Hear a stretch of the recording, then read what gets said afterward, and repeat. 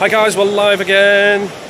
We're going to go say hello to Joseph, because Joseph, when I chatted to you in the queue before, I managed to do 3 seconds of video before it cut out, so all that stuff I did, wasted. Disgusting. It's dreadful, isn't it? Because the signal, ran out of signal. So say hello, Joseph. Hello, Joseph. Catch up with you in a bit, buddy. Right, I'm just wandering down to see a lady called Emma, who's an artist who gets, basically she gets a bit of plywood, mixes some resin and pigments, and then just puts it onto the wood, and it looks stunning. She's doing a live demo, so I said I'd come and say hello. So here we are. So we're going to get round the back, just go behind Jonathan Whittaker. So it's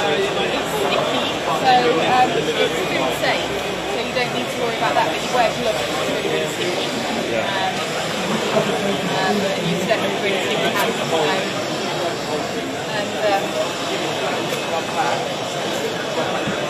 Right, so Emma's going to be doing a resin pour, abstract resin pour, using Mastercast 121 clear artwork resin. You'll notice immediately that this resin has no smell to it. It's completely odorless, which is quite important when you're working around the home environment. So very safe, very easy to use. 1-to-1 mix ratio, so equal parts of resin, equal parts of hardener. Emma's going to go, I think, about 150 milliliters of each component, and then mix it up. Once it's mixed, we're going to choose a palette of colors. Normally 3 or 4 colors work very well for this type of abstract work. And then we'll add the colors to the resin, and then we'll do the pour. If you have any questions, just fire them as I'm speaking, and I can answer them as you go along, rather than wait until the end, okay? Mastercast has got a bubble releaser in it, so has anybody used resin before? So I've heard all sort of different stories about people having to gas heaters and pop bubbles, and you don't need to do any of that. Because you can stir it really rigorously, because it's a 1-to-1, so you've got to make sure it's all mixed in. So if anybody likes baking, it's similar sort of action. You make sure it's all, you know, off the bottom and off the side. If you don't, then that's a bit of desiccation, so you know, it's hard to have it. So it's about 3 minutes. So stick radio 1 on, listen to the song, and then by the time it's finished, you know you're ready to fully mix. So you can see it's gone all bubbly. But the bubbles will release.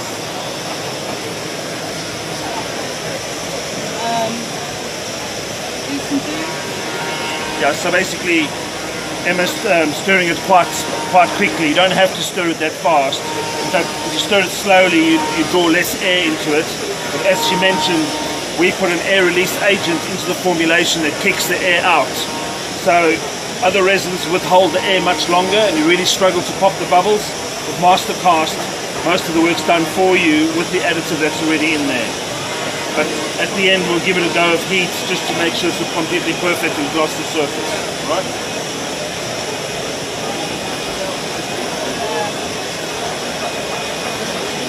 So we use the metal glue. One of my favourite colours, purple. And Maybe a white was good over those. yeah, white. So what kind of paints are you putting in?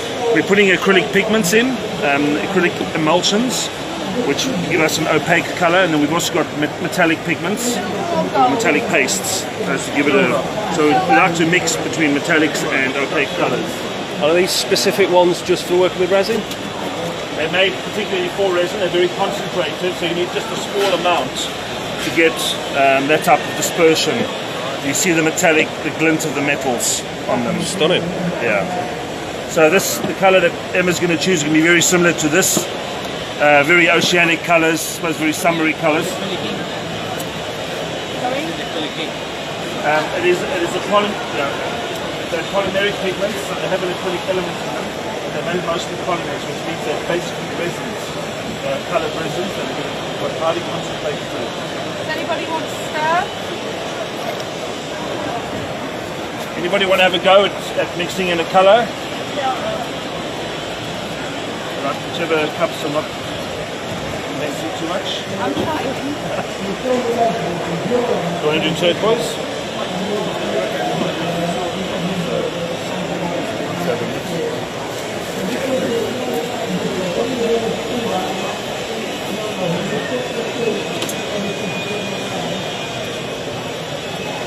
So you can see you just need a couple of drops. It's all it takes to colour the resin. And you'll notice, madam, as you stir, the colour is going to change almost immediately. It's very, very high dispersion rate.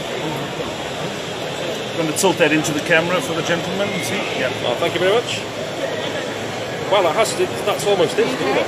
It's instant, yeah, because they're compatible materials. So the pigments are resin-based and the epoxy is resin-based. They're both synthetics.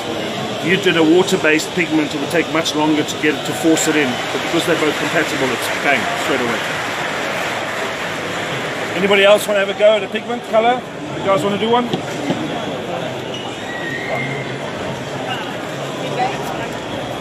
Somebody else want to do a nice purple for us, madam? Come on. Let me give something there for you. Oh, this is a violet vigor, very popular color. Oh, that's not working very well. Just pour it a bit. Yeah, there you go. Last one. You know where you want it. Oh, nice silver. Can I get right in there?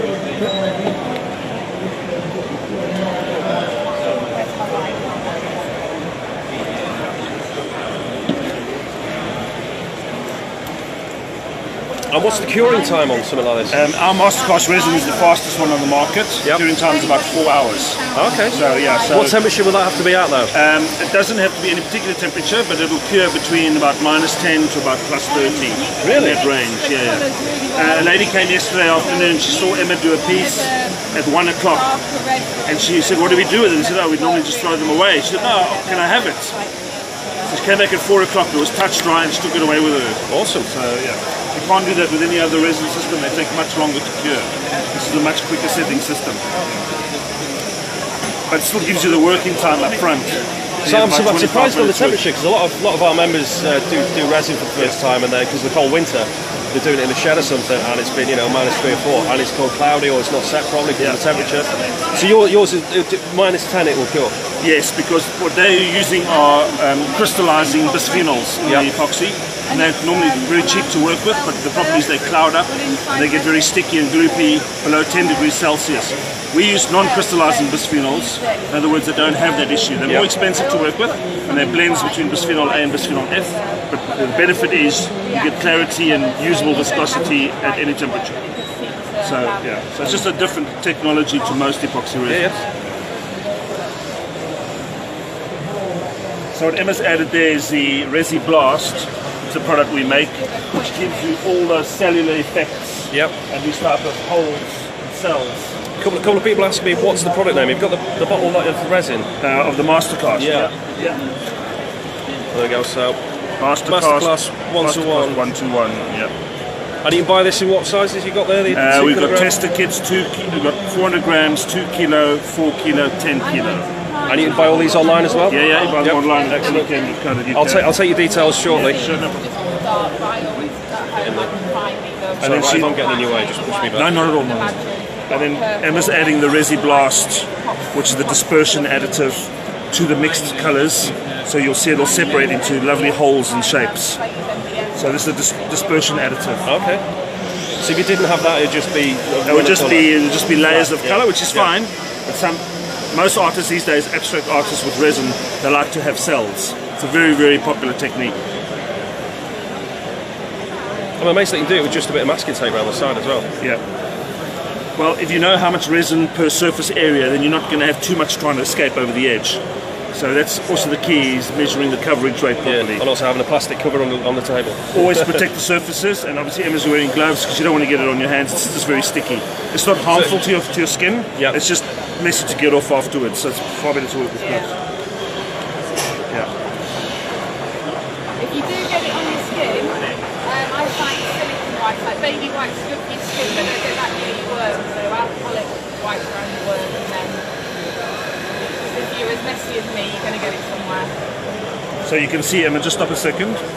See where that's opening up into these little bubbles and shapes. That's caused by the resin blast additive that we added to the colours.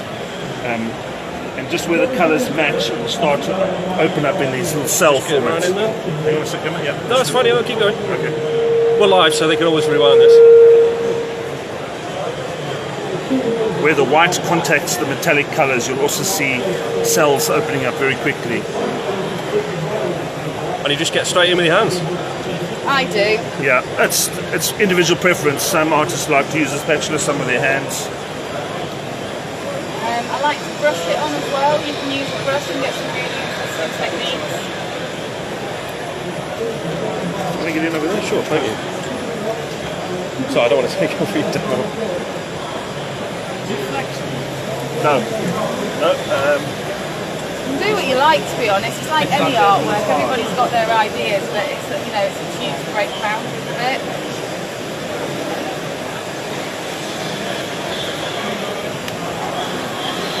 And the purpose of the heat gun? The purpose of the heat gun is to pop the mixing bubbles that you encourage by stirring, but also what Emma's doing now is called lacing, where she's feathering the white into the other colours. You'll see it breaks up into a lacing effect. So it's a subtle blend between two colours that would normally have quite a harsh border. You're softening the border and you're really just lacing them into each other. And this will give you a more even spread across the board. Yeah, so it's a more merged or a more blended effect to it. You don't have to do it, but you'll see it's particularly effective when you're pushing the white into the metallic. Emma's got to be careful not to burn the tape on the end, because obviously that's holding a lot of the resin back, so it's a bit of a tricky exercise when you've got tape on the ends not to burn And it. would you need a specific gun at a specific temperature, or could a hairdryer do it maybe? A hairdryer is not ideal, because to get the heat on a hairdryer you also need a strong airflow, and that ripples the resin. So the heat gun gives you high heat with very little airflow to disturb the resin. So these heat guns, which are less than £20 on Amazon or eBay, are preferable to use than a hairdryer. Ruined it. Huh? Ruined it? You don't use a blowtorch at all? You don't need to. Yeah, you can use a blowtorch. A lot of artists, as a final thing, they give it a blowtorch just to completely get the surface glassy. But if you're not experienced and you hold the flame too close, you end up singeing the surface and you end up with all these brown marks, which spoils it. So we prefer a heat gun. I have used the blowtorch before, but also what happens is you run out of butane gas halfway through your blowtorch run, and then you've got to find a replacement, and by then the resin's curing. The heat gun, switch on, switch off, it's much more convenient. Emma doesn't always work this fast, but obviously we know you guys are busy, you want to move on, so we're speeding the process up. But normally an artist would take a lot longer. The resin gives you approximately half an hour working time, so there's no reason to be pushing it as quick as that. Most of my work is about 90 by 90, so it takes a while. You don't need to use masking tape. So we get the mix amount right. It holds the corners quite well. The viscosity is enough to hold it on there. Yeah. There will be some drippage, but you'll see it's not running off the edge and being lost, unless Emma tops up in certain areas. Oh, this will just cover the edge as well, so you don't get the pie showing. You can run your finger along the edge and just smear it along, cover it if you want to. It's almost as simple as icing a cake. It is very, very similar process. Working with many different types of custom-made icing colours. 2,000 millilitres per layer on. The curing time on this resin is the fastest in the market. It's 3 to 4 hours. So other resins on the market take far longer to dry. The downside of the longer setting resins is you can't move your painting if you're doing multiple paintings for that time, and also in its sticky stage it's absorbing dust, so any dust in the air will stick to the surface, so the longer that it's sticky for, the more dust it's going to attract. So faster curing resins are far more advantageous. However, it's still advisable, and in real life Emma would be now covering that painting with an overturned box or a dust sheet to prevent as much as possible dust attracting to the surface. Right? Do you want to fix your edge there with your finger? Yeah, there you go. just got a bald edge there. Put another layer on after it's cured to build up the effect. You can do, but there's no real reason, because remember, you're just adding a clear layer. You're not going to change the appearance of the painting. And depending on what you use in the first pour, can create problems on the second pour where the resin separates and forms dimples. Okay, because for example, the Resi-Blast additive sometimes leaves a residue on the surface, and it's difficult for the second layer to be completely uniform. So I normally say one layer is more than you need. I mean, you saw how shiny that finish is. That's one pour. You don't gain much from a second pour. Emma, do you do second pours? I do a different kind of work to this, where I layer and use clear resin so you can see like a 3D look. So I do this, but also on this kind of thing I only use one layer, but when I want 3D depth through the resin, then I use clear resin and colour. And if anybody wants to see my work later, I'll show you what I mean, but then you can see through it then, but you can, not on this, you don't need to do it. It's almost like a window through different layers, but then there are slightly pigmented layers, not just a clear layer. What's the shelf life on it? It's 2 years. 2 years. So it can be opened and closed multiple times. So what Emma's doing now, the last stage, is something called Resi-Tint Plus, which is a range of metallic powders. It's quite harmless though. Good, because it's going right on my nose. Yeah. Emma, I think slow down with the snowfall there. And then when you put heat onto it, it causes an effect referred to as leafing or blossoming, which you'll see it almost melts the pigment and forms globules of metal. Just get right in there.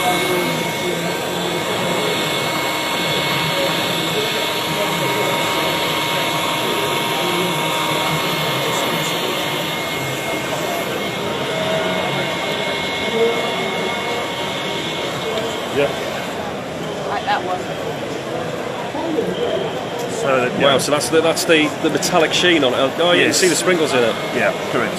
So where you have these leafing effects is what Emma's doing right now. That will probably be more apparent because it's on a grey background, especially in that left corner. So this is oh look, the sheen on that is And that's amazing. One pour. That's one pour, and it's what? Glassy smooth. Oh, that's a thin piece of ply it's on as well. It's, Yeah, it's a 6mm ply, Yep. and the resin pour depth is probably 50 microns, less than 100 microns. yeah. I mean, it's smooth. Well, it's self-leveling, and also when you put heat onto it, it also then makes it slightly less viscous. Yeah. But it's still not running over the edge. Yep. So you can see it's controllable with surface tension on the corners. It doesn't just run over the edge and drip off. It's a fine balance between having it self-leveling, but Yep. not too runny. And that's obviously our job as a formulator to get that balance just right. And Emma, is that it complete now? Is that just kind of let it? Back for another half an hour, but I'll leave you all guys to. You got any questions?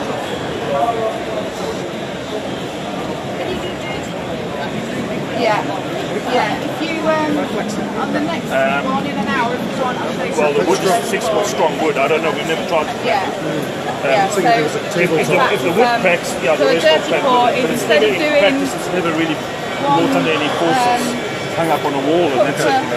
Or a table or a rooftop. As I say, if you're going to make that, you can do three. Well, you can do three colours in a pour, and then say colours all split.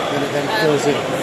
Then I would do that first, and then resin on You top. get a lot of It's cell easy work rather when than- you do that as You well. could put it through a bandsaw now, then you can cut quite easily. Yeah, you do one, so you pour all the colours on top You of probably each got one as well. other in a I don't think it'll crack when and you then you just can try and either saw through it.